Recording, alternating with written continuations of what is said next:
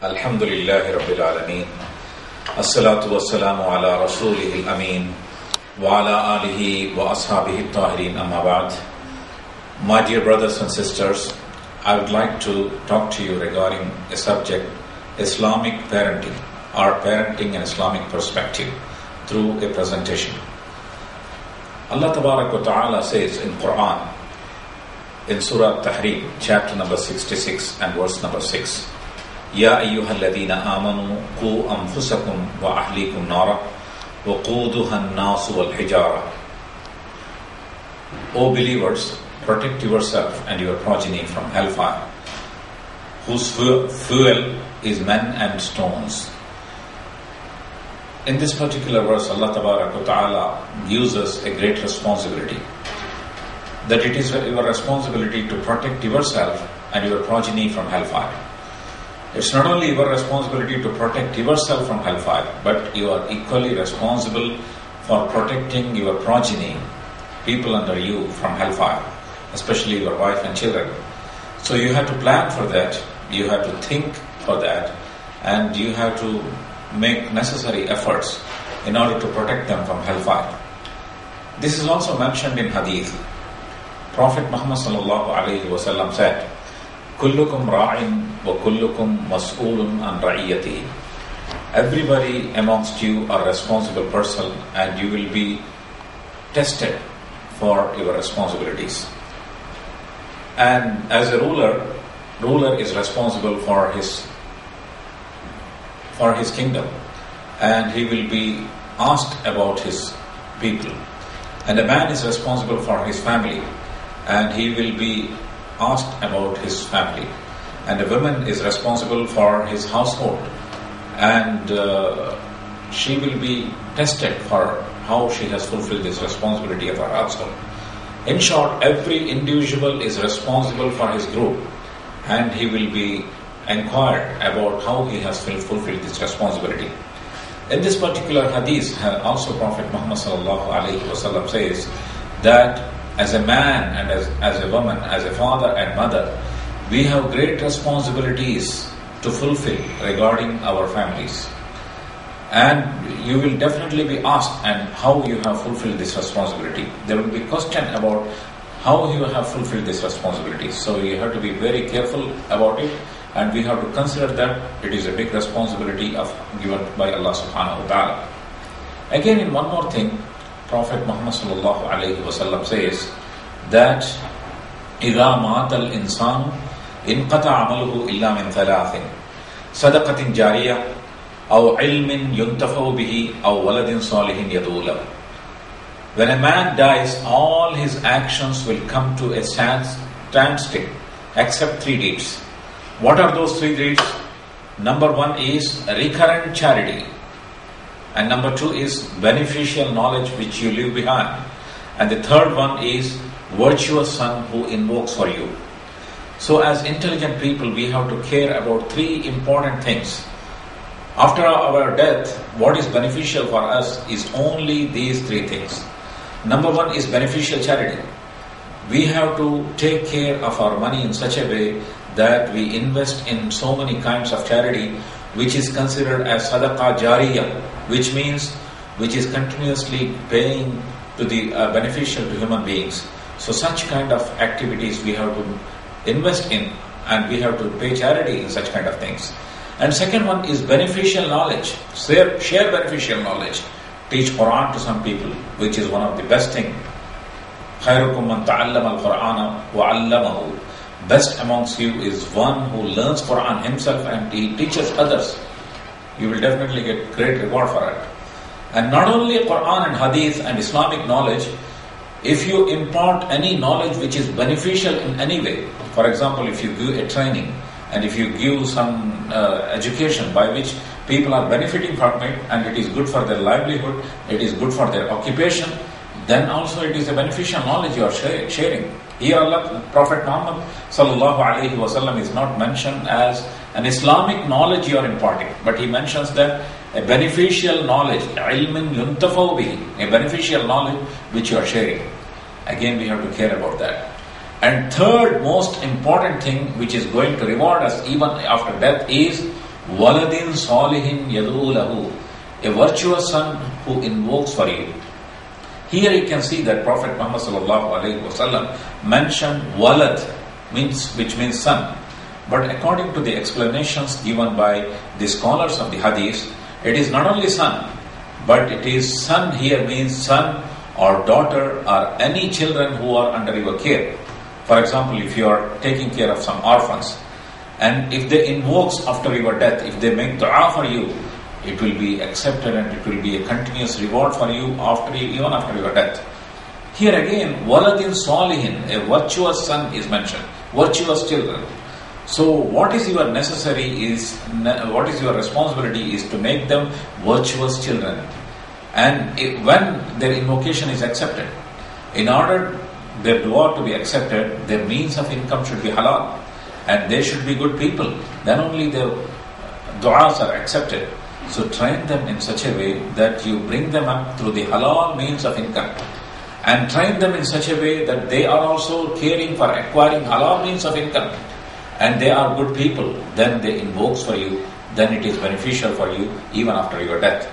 So it is our great responsibility that we have to train our children and make them good people, and that will be a charity for us and that will be a continuous reward for us. Again, Prophet Muhammad sallallahu alaihi wasallam says in one of his hadith, particularly about the daughters, he says, whoever has a daughter, tutored her on good manners, educated her well and fed her properly, she will be a protection for him from hellfire. This is a beautiful hadith. Why why Prophet Muhammad sallallahu alaihi wasallam has particularly mentioned about daughter? Because from the time immemorial, people are little bit prejudiced towards daughter. They give more priority towards sons. Because generally, everyone feels that sons are those who are going to protect them, who are taking care of them, who are protecting their economic interests. Whereas daughters after marriage, they will go to the husband's family and they will take care of husband's family. So naturally, it is a human instinct that they give priority to sons. That's why even you can see the tradition which Prophet Muhammad sallallahu alaihi wasallam during his time found that people are killing their daughters, burying them alive. This tradition was there in the entire Arabian Peninsula. The Prophet Muhammad sallallahu alaihi wasallam terminated this tradition. Quranic verses came which said, وَإِذَا الْمَوْءُودَةُ سُئِلَتْ بِأَيِّ ذَنْبٍ قُتِلَتْ. Every child who is buried alive will be questioned for what sin of hers she is buried alive. And this tradition ended forever with the revolution brought by Prophet Muhammad sallallahu alaihi wasallam. Even today you can see cultures in some of the countries that they find out the growing child in mother's womb is a boy or a girl. If she is a girl, they will abort the girl. And this tradition is there in some countries like India. It was a biggest menace. The Indian government later on brought a regulation banning the before the childbirth, one cannot test and announce. One can test it, of course, scan it, but one cannot announce if it is a boy or girl. This is because this tradition of killing the girl was very rampant in India and many countries as well. This shows people are prejudiced towards daughters. That's why Prophet Muhammad sallallahu alaihi wasallam particularly mentioned about the daughters, that if anyone tutors a daughter, educates her well and feed her well, then she will be a protection for him from hellfire. So it is a great reward that you are taking care of your daughters and show compassion towards them. Again, Prophet Muhammad sallallahu alaihi wasallam, through practical example, shown to us that one has to be very compassionate towards their small children. For example, in hadith, there is an incident mentioned that Prophet Muhammad sallallahu alaihi wasallam, once he was leading prayer. While leading prayer, and he took much time in sujood, and while he was coming up from sujood, he took much time. And after the prayer, his companions asked Prophet Muhammad sallallahu alaihi wasallam, O Prophet of Allah, Rasulullah sallallahu alaihi wasallam, why you took much time in your sujood? Then Prophet Muhammad sallallahu alaihi wasallam said, my grandson Hassan was in my back. He was riding on my back. So I don't want to hasten him I hate hastening him from getting down from my back. Imagine, this is the mercy and compassion shown by Prophet Muhammad sallallahu alaihi wasallam towards the small children, even during prayer. Even while he was as a prophet, he was leading prayer, but when his grandchild was in his back, he did not hasten him. He accommodated him, he allowed him to be in his back as much as the time he required. So this shows that Prophet Muhammad sallallahu alaihi wasallam was very compassionate even during the prayer towards his small children, towards his grandson. So this is a practical example for us that we always have to be very compassionate towards our small children.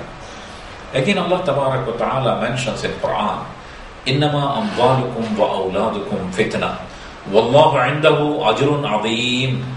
Verily, your riches and your children are test for you, and in the presence of Allah is the greatest reward. Your children is a test for you. And if you bring them up properly, if you train them properly, and if you make all the efforts to make them good people, then Allah Tabarak wa Ta'ala promises that in the presence of Allah, Wallahu indahu ajrun azim, the greatest reward, and you are entitled for greatest reward for fulfilling this obligation. So consider this as a greatest obligation and greatest responsibility. Again, in one of the hadiths, Prophet Muhammad sallallahu alaihi wasallam said, Kullu mawludin yuladu ala al-fitra. Every child is born with correct instinct or innate nature, and it is his parents who convert them into Jewish, Christian or fire worshipper. So every child who is born in my home, in your home, in anybody's home, they are born with the nature, with correct instinct. But especially here, Prophet Muhammad sallallahu alaihi wasallam mentions about the faith. It is parents who convert them into the person of Jewish faith, or person of Christian faith, or person of fire worshipper.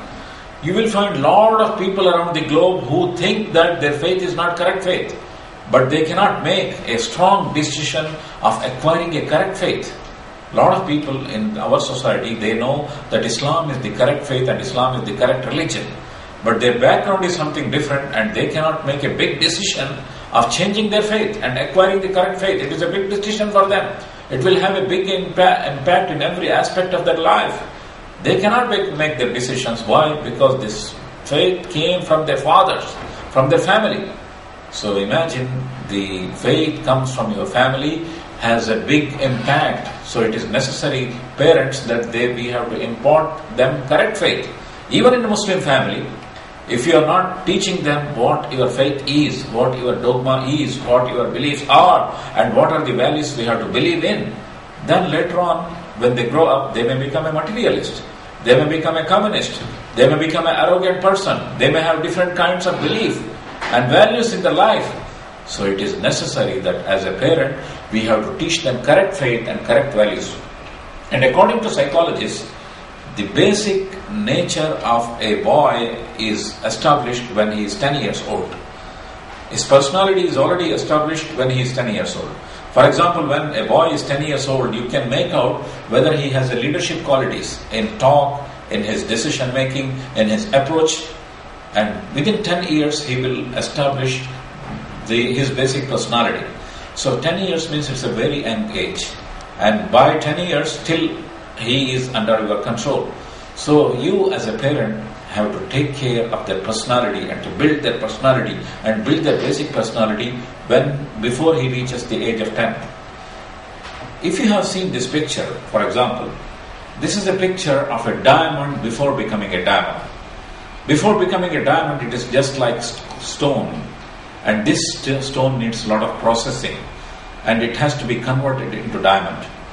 And even with regard to our children, they are like diamond, but before becoming a diamond, then it need to be processed. For example, after processing, the diamond become like this.